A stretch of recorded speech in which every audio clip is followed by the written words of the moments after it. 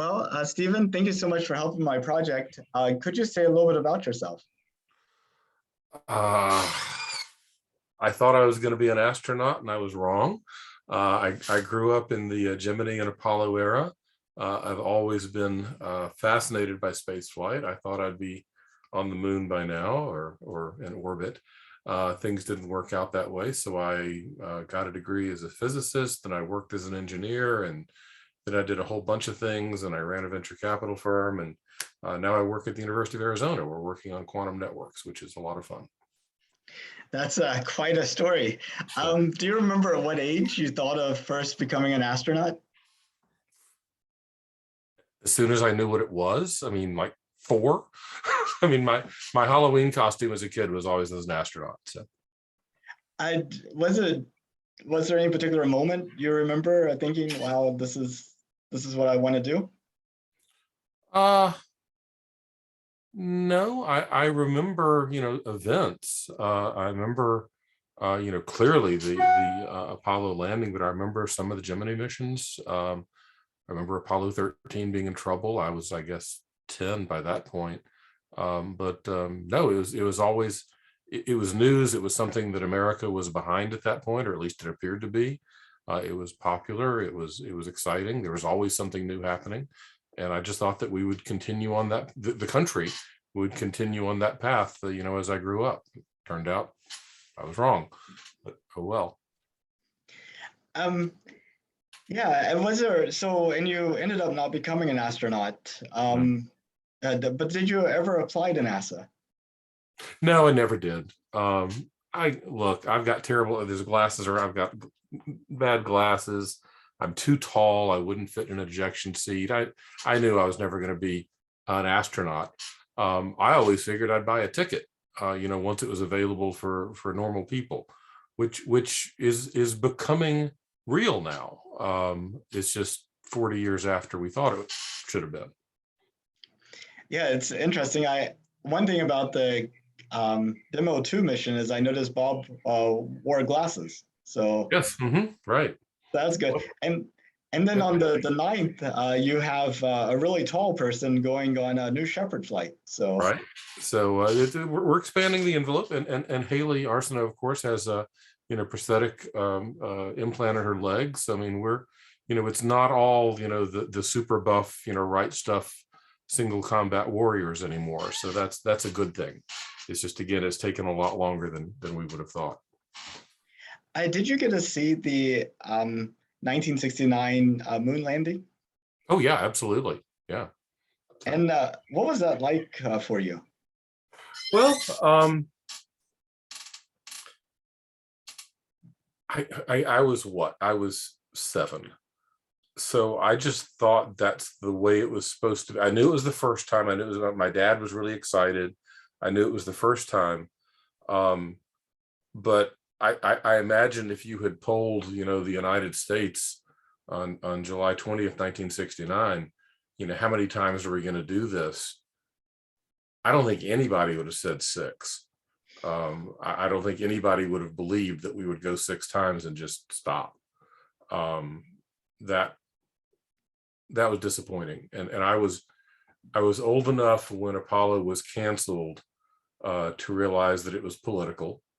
But at that time, shuttle was the next big thing, and at that time we still believed shuttle was going to fulfill all the promises they made about shuttle in the 70s, and so that was really exciting. So I actually went to the first shuttle launch. My dad and I camped out on Indian River, across the causeway, to watch it, and I believed we'd be doing those once a week soon, and of course it didn't work out that way.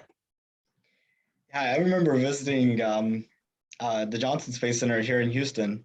Mhm. I think in the early 1980s, and we got to see like mission control, and the person giving the tour was talking about how they're working up to having 2 shuttles in orbit at the same time. Yeah, And it's yeah. really exciting time.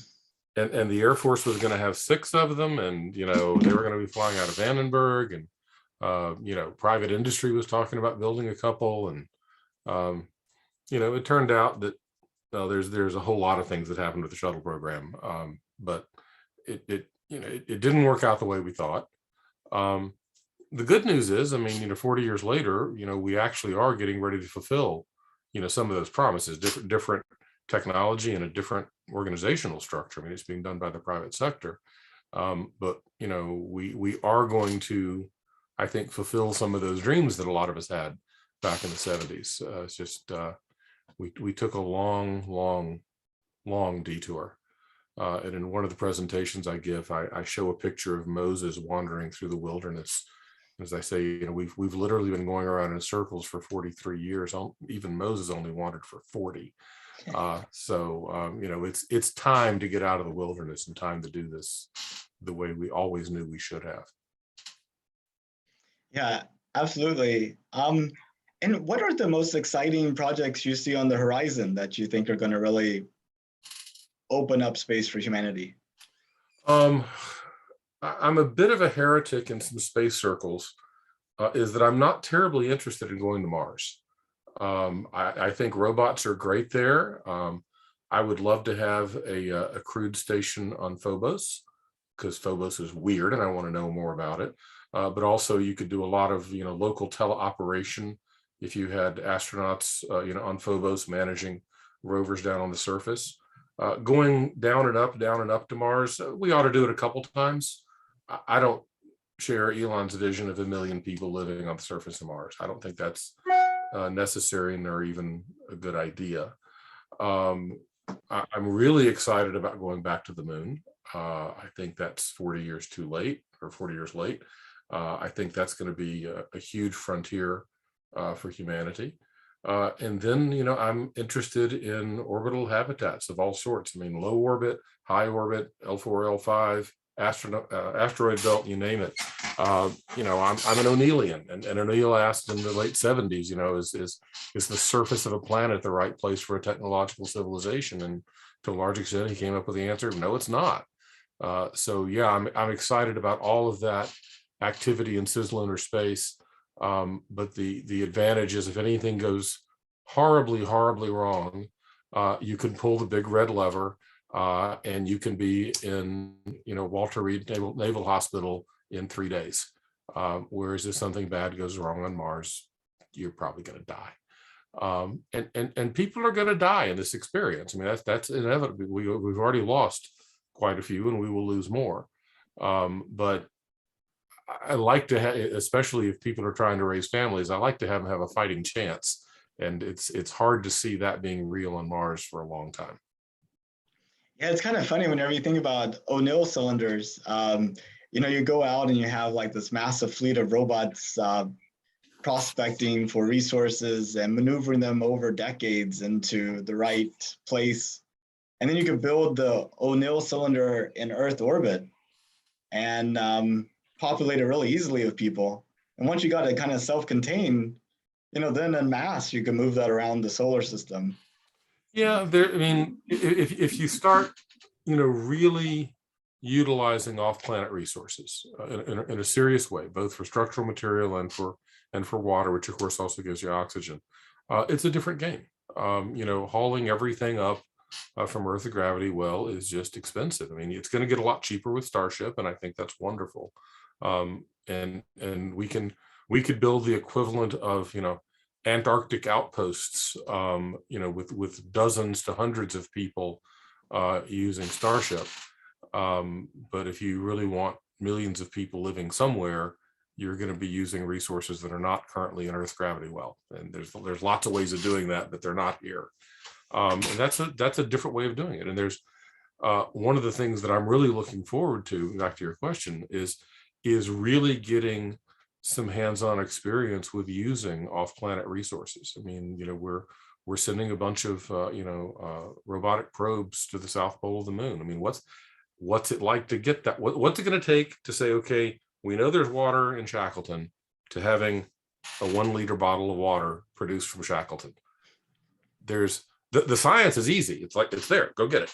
The engineering is hard, and that's going to be probably a generation of engineers to learn how to make that equipment work in vacuum and ridiculously cold temperatures, sometimes in ridiculously hot temperatures, with few spare parts, and nobody out there with an oil can. I mean, that's going to be hard. And so I'm really looking forward to gaining practical experience with that sort of resource utilization. That's going to be transformative. It's going to be interesting whenever you can send, you know, well, when you can build robots on site, or whenever the cost of transportation becomes nothing and you just send up the plans and out pops your probe. We can't do that on Earth yet, so we're getting closer. And I think that that is a legitimate area of focus. But taking raw materials and making useful bits, then assembling useful bits into a robot or a rover or whatever. I don't think you're going to get there all in one jump. I think there's always going to, not always, I think for a long time, there will be key components that you send up. But if you can just send up, essentially the avionics package, but then all the tanks and all the fuselage and all the everything else gets built on site from in situ resources, that's a game changer. That's pretty cool. Absolutely. Yeah. I mean, especially when you think about most of those rockets are really simple, like you said, tank and fuselage. Well, the plumbing gets a little complicated. It depends on the performance you need. And we tend to make reasonably complex rockets because the rocket equation dictates, you need a very, very efficient mass fraction to get off this planet. If you're building a rocket to hop around the moon or get to lunar orbit that never needs to have more delta V than getting off the moon, that's a high school project. I mean, simple tanks, put a nozzle out one end, light a spark, it's fine. Your ISP is going to be terrible, your efficiency is going to be terrible. But if you're mining billions of tons of water for your hydrogen and oxygen, why should you care? Nobody's had the opportunity to build lousy rockets like that and have useful applications for them. On the moon, you can do that, or in orbit, you can do that. Yeah, I mean, just look at the Apollo lander in terms of kind of like the shape it is. I mean, very sophisticated, but yeah.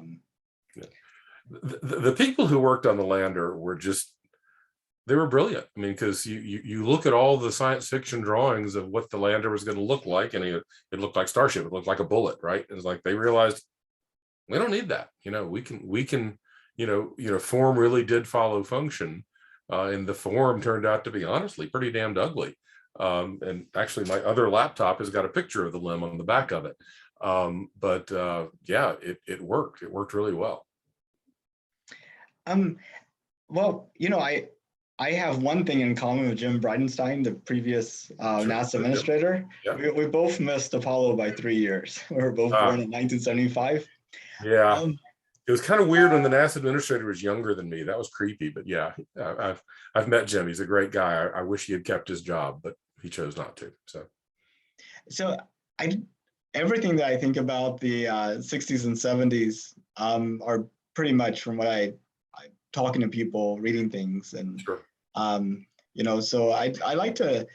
I have a conception. I wanted to toss it by you and see if it's right. But I feel like at that time there was a kind of like a broader buy-in into this the idea that humanity had a future among the stars than maybe we have today. And I was curious if that's actually true or if that's just, kind of selective bias. Like any complicated question, the answer is it depends. There was certainly not unanimous approval among American people that this was a good idea. I mean, you can find, the poem, Whitey on the Moon, if you've ever seen that. It wound up in the Neil Armstrong movie. There were a lot of people in the 60s who believed that, that money should be better spent on Earth. Well, the truth is the money was all spent on Earth. We didn't ship dollar bills to the moon. But they thought we should be spending on other things, and we should be spending it on social programs or poverty or education or whatever. And look, that's a legitimate point of view. People felt that very genuinely. I would say in general, most people in the 60s, all the curves were going up and to the right. They believed we could afford to do both. they might say, we should tilt the scales a little bit towards social programs, or people like me is tilt the scales a little more towards aerospace programs. But the country was big enough and rich enough and confident enough to do both at the same time. We lost that in the 70s as people started believing we didn't have the ability to do both, and that, we had to pick and choose, and we were going to wind up, drawing back, and it's frustrating. Is without that public support, the politicians started, drawing down the budgets, and that's why shuttle was such a disaster. Is you know NASA said we need X billion dollars to develop it, and the administration said you get half of that, go build it, and it couldn't be done with the resources they were given. Um, so I think there was popular support, but it was uh, not universal, and honestly not that deep. I think that people were way more concerned about the Vietnam War, and people were way more concerned about some of the social issues that were becoming real in the 60s. So people talk about back when NASA had, I think it was 6% of the federal budget or something like that, and now it's 0.5%. No, that's a 12-to-1 ratio. That's probably an accurate representation of the politics. So, Well, and now we have a lot of private money flowing into right. aerospace with private companies. And, there's some movement on the political front to try to siphon that off for other reasons too. There is. I've been a fan of the private sector in space development since I was old enough to read. And so, I think we're doing it right. I think that, the various players, and it's not just Elon Musk, although he's clearly the most visible. I think they're doing it right. I think that we should stay out of their way as much as possible. I think there is, a certain level of regulatory oversight that is appropriate, and we as a country should exercise that level of regulatory oversight. It's not just laissez-faire, go blow up whatever you want. That's probably not appropriate. But I also don't think it's fair to say, hey, why don't we take all your money away, and instead of spending on rockets, we'll spend it on something else.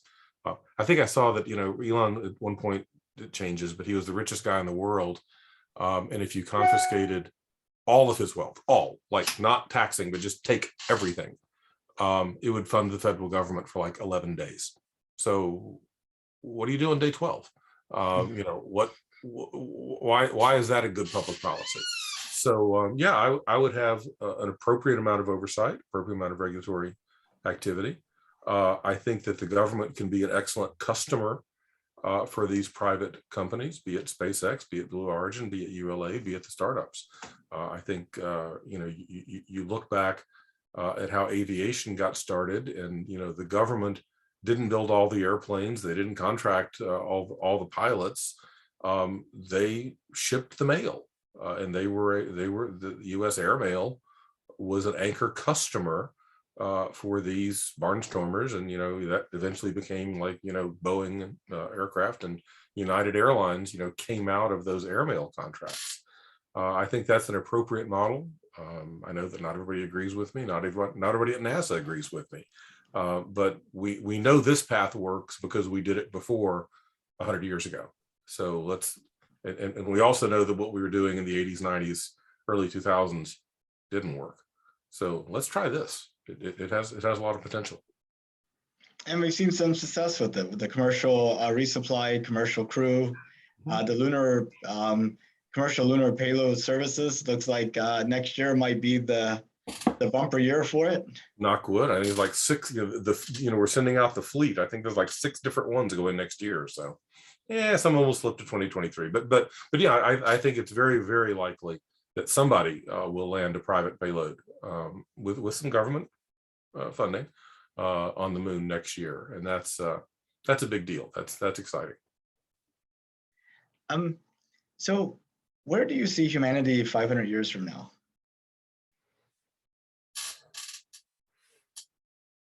Wow.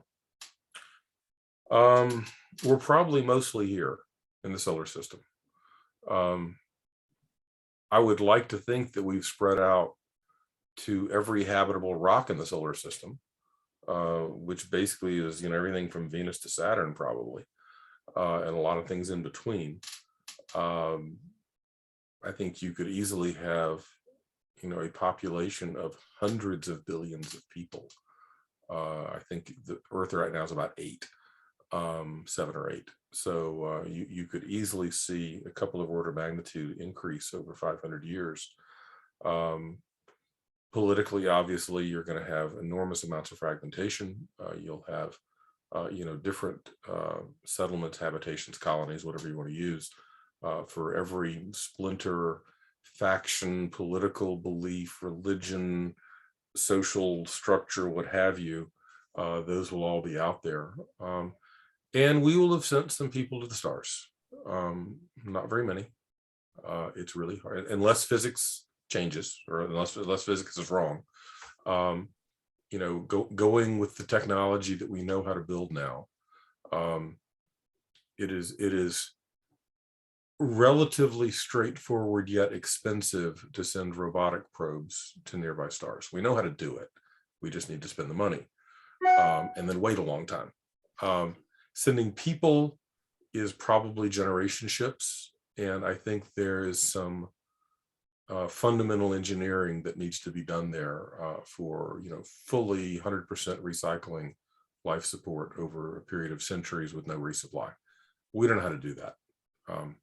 We have one proof study that it's possible to do on a planet Earth. We live here. We have a lot of proofs that you can't do it on something the size of International Space Station. You're going to need something somewhere in between. It's going to be big. It's going to be expensive. You're not going to have too many of them. So I think that just because people are people, we will build some interstellar generation ships within 500 years, and we will have launched some. We may have data back from some of them, but we're not going to be shipping a significant portion of humanity to other star systems. We're mostly going to be living here. At what point do we hit the tipping point where there's more people living off Earth than on Earth? It's not in 100 years, but it could be less than 500. It should be less than 500. So it's in the couple 100-year territory. Yeah, you'll have more people living off planet than on planet, and the politics of that are going to be fun. Yes, it will be. I guess the Expanse is just kind of a simplified version of what it probably turned out to be. Well, the Expanse actually tried really hard to get it right. I mean, there's a couple of bits of magic there. I mean, we don't know how to build their fusion drive yet. We also think that it's possible to build that drive. So I think that's potential. The books did a pretty good job of showing that these are long trips. There's logistics impacts of that. There's psychological impacts. There's political impacts. The TV show shrunk things down for dramatic purposes, but in general, I'd say they did a pretty good job of what could it be like in a few hundred years. So yeah, it's really fascinating to think about. Jeff Bezos also talks about there being like 1 trillion humans in the solar system and things like that. But then Elon Musk, tweets about how population's on decline, and you kind of see this, that as people become wealthier, they have fewer children. I think like the replacement, birth rate in like North America and Europe and Japan is less than you need, and it's only because of immigration they're actually expanding. I was wondering how that kind of jives with your vision of the future. Well, the rising wealth leading to lower birth rate. It's not a law of nature, because you look at France. France is the reverse. The more money you make, the more kids you have. That's a social decision that the French culture has made, that we in Japan and Italy have made different decisions. I mean, I was in Italy a few years ago and walked around and said, there's no kids. There's no kids. I mean, there's a school with like 4 kids in it. When it's sized for 400. That's a choice we've made, but we as a culture have made that choice only in the last 100 years, and we've made that in an era of of what people believe to be finite or shrinking resources. If you reopen a new frontier and you're able to go out and homestead, an asteroid, okay, there's lots of reasons why that may or may not be a good idea, but in general, if you are clearly in an era of abundant, if not near infinite resources, that are available for the average person to go out and through hard work and risk taking to take advantage of that environment, I think the population's gonna explode. I think people will have lots of kids, and we'll see the sorts of families that pioneers had, where it's 6, 7, 8 kids for every couple, not 1 or 2 like we have today. So I don't think it's necessarily a consequence of affluence that our birth rate is limited. I think it's a consequence of the perception of limited resources, and let's make sure that if we're only going to have if we only got so much stuff to go around, let's not divide it among too many kids. Let's only have 1 or 2. I also see maybe the hesitancy to make such a long-term commitment as well, in the sense that you look at people in their 20s today, they don't quite have the same view of families and relationships as. Well, there is some of that, and again, I hate to bring everything back to the frontier, but if you're marrying somebody and getting on a covered wagon and heading out across the American prairie, and you're not going to see a city again for 10 years or maybe ever, you've made a long-term commitment to that individual. I mean, you guys are going to literally live or die together. Here it's very impermanent. You decide to change your spouse, you decide to change your gender. I mean, whatever you want to do is available to you, because the consequences are the long-term consequences are not very difficult. If you're deciding to move to a colony orbiting Enceladus, where it's going to take you 6 years to get there, and if you decided to come back, which you probably can't, it would take you 6 years to come back. You're making long-term commitments. I mean, maybe you're married to the people in the spacecraft with you, or maybe you're not, but you are a group that is going to be together until you die. I think that will have a psychological effect on people. So I think you'll see some very strong bonds being formed, and you'll see some people killing each other. but you can't just say, honey, I'm done with this. I'm going to take my suitcase and leave. You can't have that sort of superficial relationship in that environment. That makes sense. I think a lot of people would look forward to some permanence like that compared to.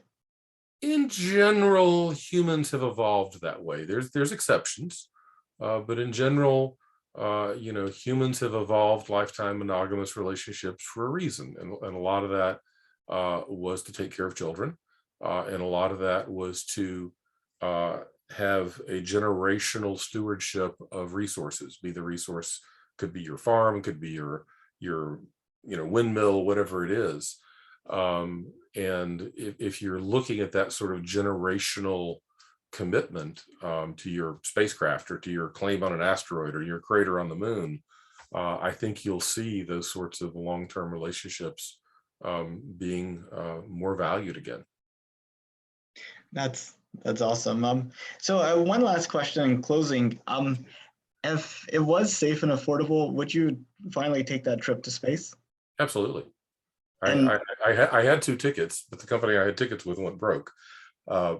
Yes, I will absolutely. If I can get it down to the price of an SUV, I'm going. So.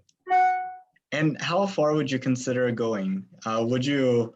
I know you weren't sold on the city on Mars, but if it did exist, is that something that would attract you? I'm about 90 days away from being 60 years old.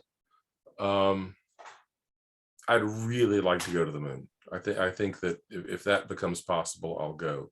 I probably missed my window for Mars. I probably wouldn't go. It's too far. That's minimum 3-year commitment, living in a tin can. Would I have done that at 20? Hell yes. Would I have done it at 40? Me, probably yes. Would I do that at 60? I don't think so. I'll go to the moon. I'll go to the moon twice. That sounds great. Well, thank you so much, Stephen, for your time. I really appreciate the discussion. I put a quote in your email, which I thought we would get to, but you're welcome to take a look at it, and you can use that in the write-up as well. All right. Okay, sounds good. Thanks, Nathan. Take care. Yeah. Bye-bye. Thank you. Bye-bye.